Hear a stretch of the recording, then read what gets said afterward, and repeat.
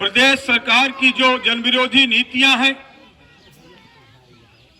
जो प्रदेश सरकार की अराजकता है, जो प्रदेश सरकार ने पूरे प्रदेश में जंगल राज फैलाया है, जो यहां के विधायक ने पूरे विधानसभा में कोहराम मचाया है, बड़ी तफसील से आप सबके बीच में हमारे नेताओं ने रखा। कल भी डुमरियागंज में के विधायक भवानीगंज में एक सभा लगाए थे और जिसमें बाहर के 2 विधायक, एक सांसद और उनका जिला अध्यक्ष आया था।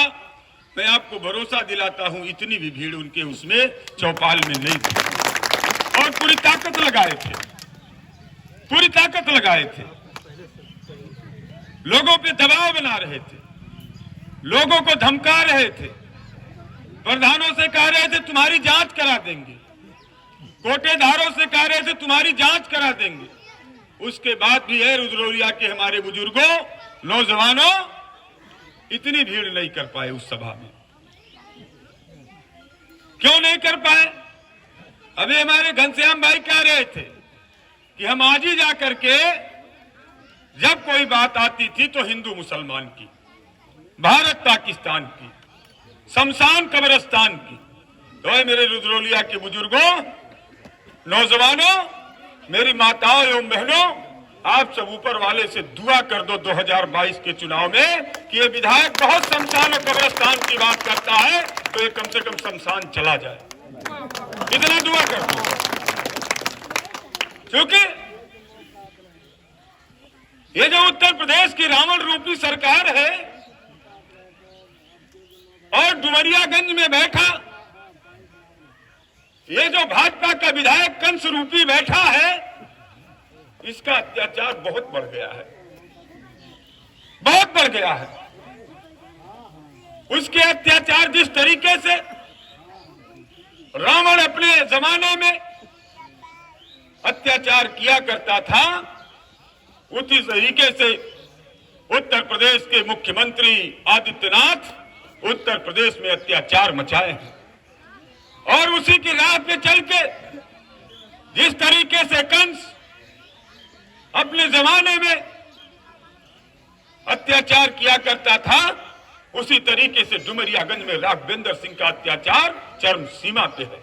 तो मैं फिर आपसे कहता हूं कि अपने बेटे को, अपने भाई को इतना दुआ दे दो, इतना आशीर्वाद दे दो कि 2022 में चिंकू यादव को सिद्धार्थ नगर गिनती गिनाने न जाना पड़े, आपकी आवाज बता दे, आपकी दुआ बता दे, आपका आशीर्वाद बता दे कि चिंकू यादव केवल तुम प्रमाण पत्र लेने जाओ। इसलिए कि 5 साल लगातार डुमरियागंज में अगर इस विधायक से लड़ने का कोई काम किया है तो आप पेपर के माध्यम से भी देखे होंगे, सोशल मीडिया के भी माध्यम से देखे होंगे। अगर इस विधायक के नजर में नजर मिलाकर के किसी लड़ने का काम किया है कोई, तो वही शख्स चिंकू यादव ने किया है। इसका अगर विरोध किसी ने करने का काम किया है तो केवल और केवल चिंकू यादव ने किया है। चाहे वो एसडीएम का दफ्तर घेरना हो, चाहे वो ब्लॉक को घेरना हो, चाहे वो थाने को घेरना हो, अगर जनता पे अत्याचार हुआ तो चिंकू यादव ने थाने को भी घेरा, ब्लॉक को भी घेरा और एसडीएम के कार्यालय को, तहसील को भी घेरने का काम किया। तो मैं, हमारे साथी कह रहे थे कि कोई पूर्वा हो सकता है गलती से बच गया हो। जब मेरे हाथ में ताकत था, मेरी पत्नी जिला पंचायत अध्यक्ष थी, हमारी सरकार थी, तो ये सही है कि कोई पूर्वा हो सकता है बच गया हो, लेकिन कोई ग्राम सभा नहीं बचा होगा कि जहां चिंकू यादव ने 200, 300, 400, 500 मीटर इंटरलॉकिंग सीसी या पिच रोड बनवाने का काम न किया हो। और उस 5 साल की रिजीम में मैं बड़ी जिम्मेदारी से कहता हूं कि अगर कोई साथी चिंकू यादव के कार्यालय पे, चिंकू यादव के घर या चिंकू यादव से रास्ते में मिला हो और वो परेशान हो, अपनी परेशानी बताया हो, अगर चिंकू यादव ने उसकी मदद करने का काम किया हो तो जो कहिए सो हार जाऊंगा। इसलिए ये समाजवादी पार्टी है और चिंकू यादव ने समाजवादी पार्टी में अपने आंख को खोलने का काम किया है। समाजवादी पार्टी इस शरीर के रग रग में दौड़ रहा है, नस नस में दौड़ रहा है। इसलिए साथियों, चिंकू यादव से हिंदू मुसलमान से मतलब नहीं है। चिंकू यादव से अगर कोई मतलब है तो केवल इंसान से मतलब है, और इंसानियत से बड़ा धर्म कोई धर्म नहीं हो सकता है। साथियों, 2017 के चुनाव में हम लोग चिल्ला चिल्ला करके आपके बीच में अपनी सरकार की योजनाओं को गिना रहे थे, अपनी अच्छाइयों को बता रहे थे, लेकिन 2017 के चुनाव में एक तरफ हिंदू खड़ा हो गया तो दूसरी तरफ हमारा मुसलमान भाई खड़ा हो गया। और उस चुनाव में आपकी मोहब्बतों ने, आपकी दुआओं ने, आपके आशीर्वाद ने, उसके बाद भी चिंकू यादव को 52,500 वोट मिलने का काम हुआ। वो कौन दिया? वो इस डुमरियागंज के इंसानों ने दिया। न हिंदू ने दिया, न मुसलमान भाइयों ने दिया।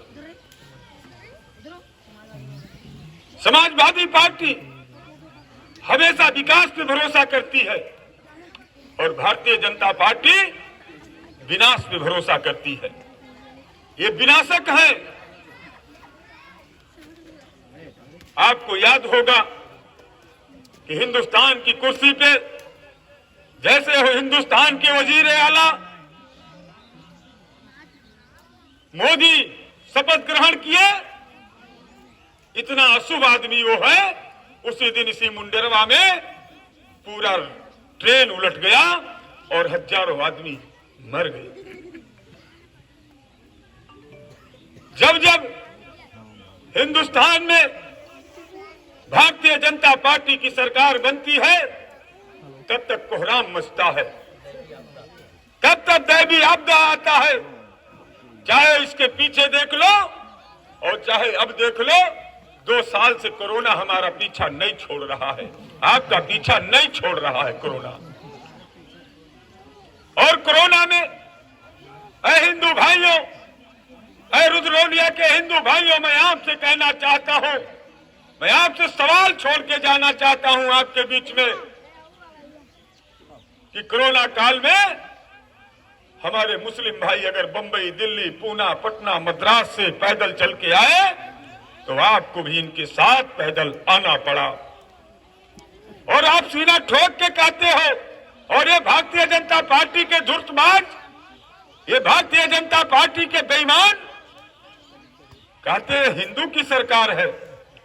मैं पूछना चाहता हूं हिंदू भाइयों, अगर ये हिंदू की सरकार है तो डीजल का दाम बढ़ा, पेट्रोल का दाम बढ़ा, रसोई गैस का दाम बढ़ा, खाद का दाम बढ़ा, कड़ू के तेल का दाम बढ़ा। क्यों आपका बढ़ गया? बढ़ना चाहिए हमारे गुरु जनाब खलील साहब का, क्योंकि ये वोट नहीं किए थे, सरकार इनकी नहीं है, बढ़ना तो इनका चाहिए। आपका कम से कम जितने पे था उतने तो छोड़ देते। तो मैं मानता ये हिंदू की सरकार है, मैं मानता है हिंदू की सरकार है। अरे मेरे हिंदू भाइयों, इनको ना हिंदू से मतलब है ना मुसलमान से मतलब है, इन्हें मतलब है केवल और केवल कुर्सी से मतलब है और देश के उद्योगपतियों से मतलब है, देश के बड़े घरानों से मतलब है। इन्हें ना किसी गरीब से मतलब है, ना किसी हिंदू से मतलब है, ना किसी मुसलमान से मतलब है। क्योंकि हिंदू भाइयों, मैं आपको इसलिए कहना चाहता हूं कि जब जब चुनाव आता है, ये भारतीय जनता पार्टी के झूठे और बेईमान आपके बीच में भारत पाकिस्तान की बात छेड़ देते हैं। पाकिस्तान में कुछ भी हो जाए तो हिंदुस्तान से क्या मतलब? मैं हिंदू भाइयों आपसे पूछना चाहता हूं क्या उस पाकिस्तान की सरहद पे हमारा मुसलमान भाई पाकिस्तान से लड़ता नहीं है? उसका भी बेटा फौज में जाकर के और अपने सरहद की रखवाली करता है, आपके साथ कंधे से कंधा मिला के चलता है। तब वहां हिंदू मुसलमान की बात नहीं होती है। पाकिस्तान से अगर गोली चलता है तो क्या वो गोली केवल हिंदुओं पे चलती है? हमारे मुसलमान भाई का भी बेटा वहां सैनिक के रूप में खड़ा रहता है, उसके भी सीने को चीरने का काम वो गोली करती है। और आप हिंदू मुसलमान की बात में आकर के उलझ जाते हो। ये हिंदू मुसलमान का मामला आप छोड़ो, बहुत हो गया हिंदू मुसलमान की लड़ाई। ये हिंदू मुसलमान की लड़ाई हमें और आपको जमी दोष कर देगा। हमें और आपको मतलब होना चाहिए अपने पेट से, अपने बच्चों के भविष्य से, अपने गांव के विकास से, अपने रोजी और रोजगार से। हमें आपको मतलब यही से होना चाहिए। ये हिंदू मुसलमान मैं आज तक समझ ही नहीं पाता हूं। हिंदू भाइयों या मुसलमान भाइयों, मैं सबसे सवाल कर रहा हूं कि क्या आप बीमार होते हो, जब डॉक्टर के पास जाते हो तो उस डॉक्टर से उसकी जाति पूछते हो कि हिंदू हो कि मुसलमान हो? नहीं पूछते हो। वो चाहे हिंदू भाई हो चाहे मुसलमान भाई हो, दोनों को में नहीं पूछती उस डॉक्टर से। और उस डॉक्टर को आप फीस देते हो, उससे पर्चा लिखाते हो, दवा लिखाते हो और मेडिकल स्टोर पे जाकर के वो दवा लेके चले आते हो। आपको पूछना चाहिए, अगर हिंदू मुसलमान का इतना तफरका है तो आपको पूछना चाहिए कि आप डॉक्टर मुसलमान हो, मैं हिंदू हूं तो मैं आपसे दवा नहीं कराऊंगा। या मुसलमान भाइयों को पूछना चाहिए कि तुम हिंदू हो, मैं तुमसे दवा नहीं लूंगा। उस दवा से पूछना चाहिए कि जिस कंपनी ने बनाया है, क्या तुम्हें मुसलमान भाई ने तो नहीं बनाया है? मैं इस दवा को नहीं खाऊंगा। अगर इतना हिंदू मुसलमान की बात आपके समझ में आती। साथियों, अरे आओ उत्तर प्रदेश में फिर खुशहाली लाओ, उत्तर प्रदेश में फिर तरक्की लाओ, उत्तर प्रदेश में फिर उत्तर प्रदेश के मुख्यमंत्री अखिलेश यादव को बनाओ। आओ, ये बेटा आपको आवाज देने आया है, ये बेटा आपसे निवेदन करने आया है, ये बेटा आपसे इल्तिजा करने आया है। आओ फिर 2022 में खुशहाली लाओ। जिस तरीके से 2012 से लेकर 2017 तक हमारे नेता ने 102 एम्बुलेंस चलाया, 108 एम्बुलेंस चलाया, 100 नंबर चलाया, बढ़े बेटियां के नाम पे 30,000 रुपया आपके बेटियों को देने का काम किया था। कन्या विद्या धन के नाम पे आपके बेटियों को पैसा देने का काम किया था। आपके बच्चों को लैपटॉप देने का काम किया था। आपके बच्चों और बच्चियों को जो बेरोजगार थे उनको बेरोजगारी भत्ता देने का काम किया था। आओ, और सबसे बड़ी योजना थी कि जो मेरे गरीब थे, वो चाहे हिंदू थे चाहे मुसलमान थे, हर बुजुर्गों को, अपनी माताओं को समाजवादी पेंशन देने का हमारी सरकार ने काम किया था।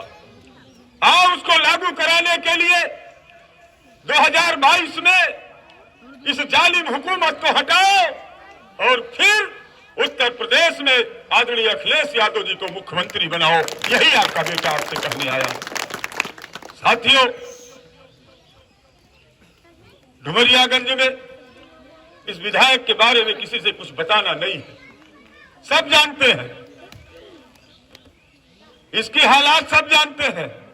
और आपके दुआओं के बदौलत, आपके आशीर्वाद के बदौलत चिंकू यादव उस विधायक की नजर में लोग सोते स्वप्न देखते हैं और वो चिंकू यादव को खुली आंख से स्वप्न देखता है और सुबह आज 4 बजे मजबूर हो गया, 4 बजे सुबह गाड़ी लेके निकल जाता है, लोगों का दरवाजा खटखटाता है, लोगों से हाथ जोड़ता है, भाई क्या मेरी गलती होगी, क्यों आप मुझसे नाराज हो? ऐ मेरे रुद्रौलिया के लोगों, मैं आपको बताने आया हूं, ये सूचना लग जाने दो। उसके बाद इस विधायक के पास केवल दलाल बचेंगे, जनता नहीं बचेगी। ये आपको बताने आया, केवल दलाल बचेंगे। खाद की हालत क्या? अभी एसडीएम डुमरियागंज कल जाकर के मन्नी जोत में छापा मारा नहीं, किसान बनके खाद 400 रुपया बोरी खरीदा। और ये विधायक झूठा चिल्ला रहा है, डफला पीट रहा है। पहले जमाने में डफला नहीं हुआ करता था, जब गांव में बच्चे पैदा हुआ करते थे तो सुबह सुबह डफला, शाम को डफला, रात में डफला बजता था। ऐसे डफला पीट रहा है, कल गला फाड़ फाड़ के चिल्ला रहा था। बताओ खाद की कमी है? बताओ, कोई बोल नहीं रहा था वहां। जब अरे भाई बोलो, हम अकेले कैसे बोले, खाद की कमी है? तब उसके दलाल कहते थे नहीं नहीं, ईमानदारी से हिंदू भाई भगवान रू बता दो और हमारे मुसलमान भाई अल्लाह रू बता दे, इस 5 साल में खाद की किल्लत कितनी हुई है, खाद की किल्लत कितनी हुई है। और इसने नहीं किया, 5 किलो बोरे से कम भी कर दिया, 5 किलो बोरे से कम भी कर दिया, 45 किलो कर दिया। और कह रहे खाद की किल्लत नहीं है। डुमरियागंज में जमीन कब्जा करने का काम कर रहा है, डुमरियागंज में लोगों को सताने का काम कर रहा है, डुमरियागंज में दलाली का अड्डा बना दिया है।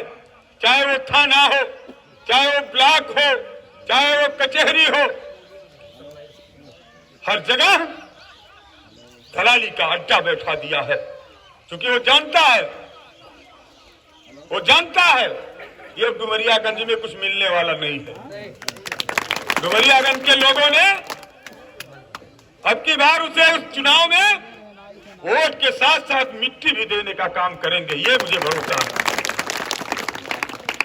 साथियों, समय बहुत हो गया है, समय बहुत हो गया है। मैं बस ज्यादा से ज्यादा 5 मिनट आपका समय और लूंगा।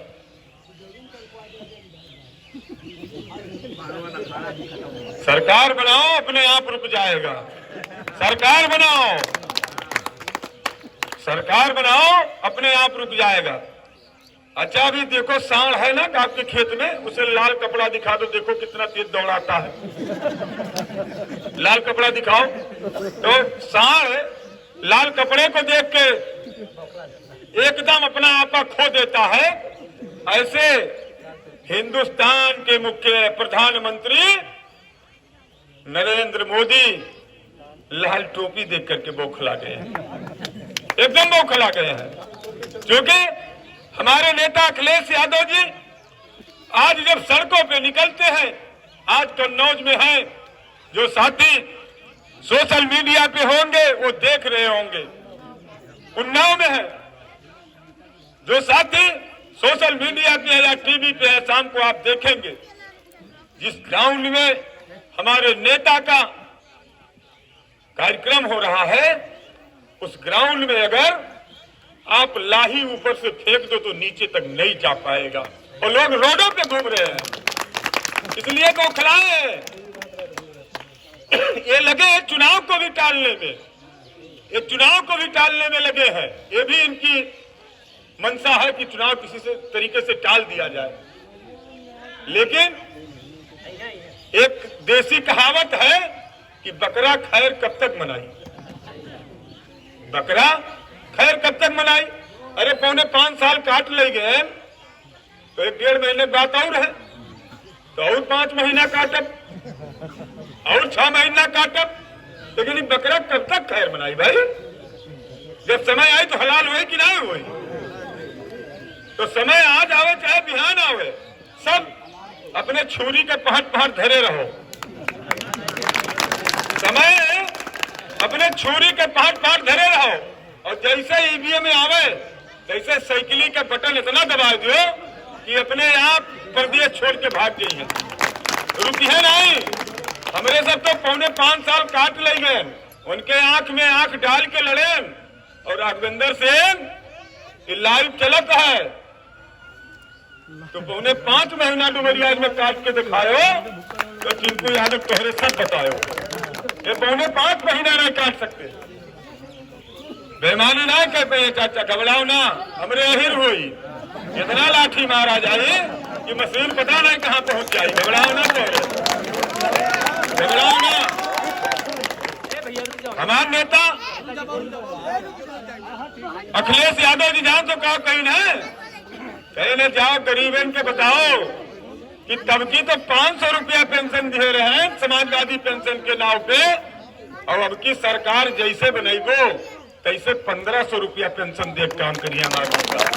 ये हमारे नेता कहीं ना, हमारे नेता जानते और कहो कहीं ना कि अपने गरीबन से बताओ, अपने क्षेत्र में जाकर बताओ जैसे सरकार बना इनके योगी का तैसे 3 गुना बिजली बिल ज्यादा आवत कि नहीं आवत?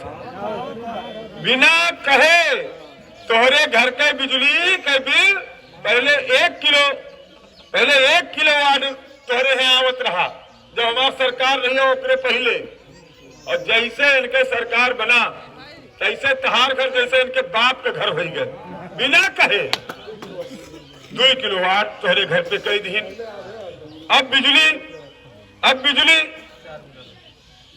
3 गुना 4 गुना महंगी हो गई। पहले अगर 200 रुपया आवत रहा महीना तो 800 रुपया महीना आवे लग, नहीं जलावे के बाद तो 250 रुपया महीना आवत रहा, वो तो रेंटल चार्ज हुए। अगर 200-250 आवत रहा तो तार 800 1000 आवे लग किनारे लग। तो हमारे नेता कहीं न जाके बताओ लोगन का कि जैसे हमारी सरकार बना तैसे सरचार्ज के छोड़ के बाकी सारा बिजली के बिल माफ कर दिए। ये हमारे नेता कहीं ना।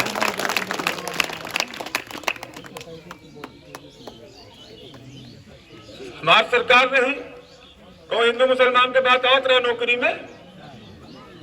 नौकरी में तहार बेटवा पास होत रहा, तहार बेटवा पावत रहा, हमार बेटवा पास होत रहा, हमार बेटवा पावत रहा। आज क्या है कि जैसे ये करत है परीक्षा करावत है, ओकरे पहले इनके दलाल फिट रहा था, इनके दलाल फिट रहा था, ओकर लीक करा दे तब साल करावत है, ओकरे बाद कौनो भर्ती है नाई के पाइन बेचारे। जवन हमार भर्ती अखिलेश जी कई के गैर है, वह 2 भर्ती इनके वो भर्ती कई गए रहे, खाली लोगन के ज्वाइनिंग नहीं करा पा रहे, सरकार चली गई रही, वह भर्ती खाली हो पाए, बाकी कोनो भर्ती नहीं हो पाए। तो यह वजह से साथियों हमारे हिंदू मुसलमान भाई हम सबसे हाथ जोड़ित है, निवेदन करित है कि अब की गुमराह ना हो, अब की गुमराह ना हो, इनके चक्कर में ना आयो। और मुसलमान भाई आपसे और हाथ जोड़ित है, जैसे चुनाव आई अगर तुम्हारे गांव में उनके को कार्यकर्ता रही तो उसे तुझसे झगड़ा करवाई है, जबरदस्ती झगड़ा करवाई है। तोरे सतर्क रहो, झगड़ा के जवाब ही आपके बेटवा दे के पैदा भा है। चुनाव जैसे खत्म हो जाई वो का तुम्हारे गांव में लाई सिद्धार्थ नगर के जेल में ही बेटवा आपके नजर लाई। झगड़ाओ ना तुमको, वो झगड़ा करी तो तोरे बचा जाओ।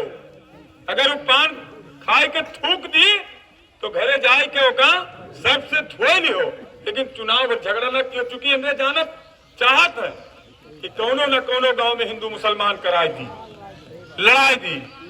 ऐसे हाथ जोड़ी थे हमारे मुसलमान भाई, हाथ जोड़ी थे, गोड़ पकड़ी थे तहार, एकदम तोरे सब कुछ बोले ना।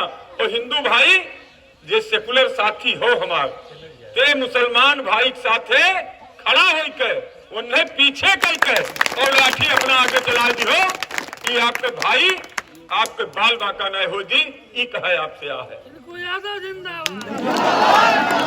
इन्हीं शब्दों के साथ एक बार फिर अपने रुद्रौलिया के सभी अपने बुजुर्गों का, नौजवानों का, अपनी माताओं एवं बहनों का, सबका एक बार फिर हार्दिक स्वागत, अभिनंदन, खैर मकदम इस्तेकबाल करते हुए अपनी बात को समाप्त करता हूं। जय हिंद, जय समाजवाद, अखिलेश यादव जिंदाबाद, अखिलेश यादव जिंदाबाद।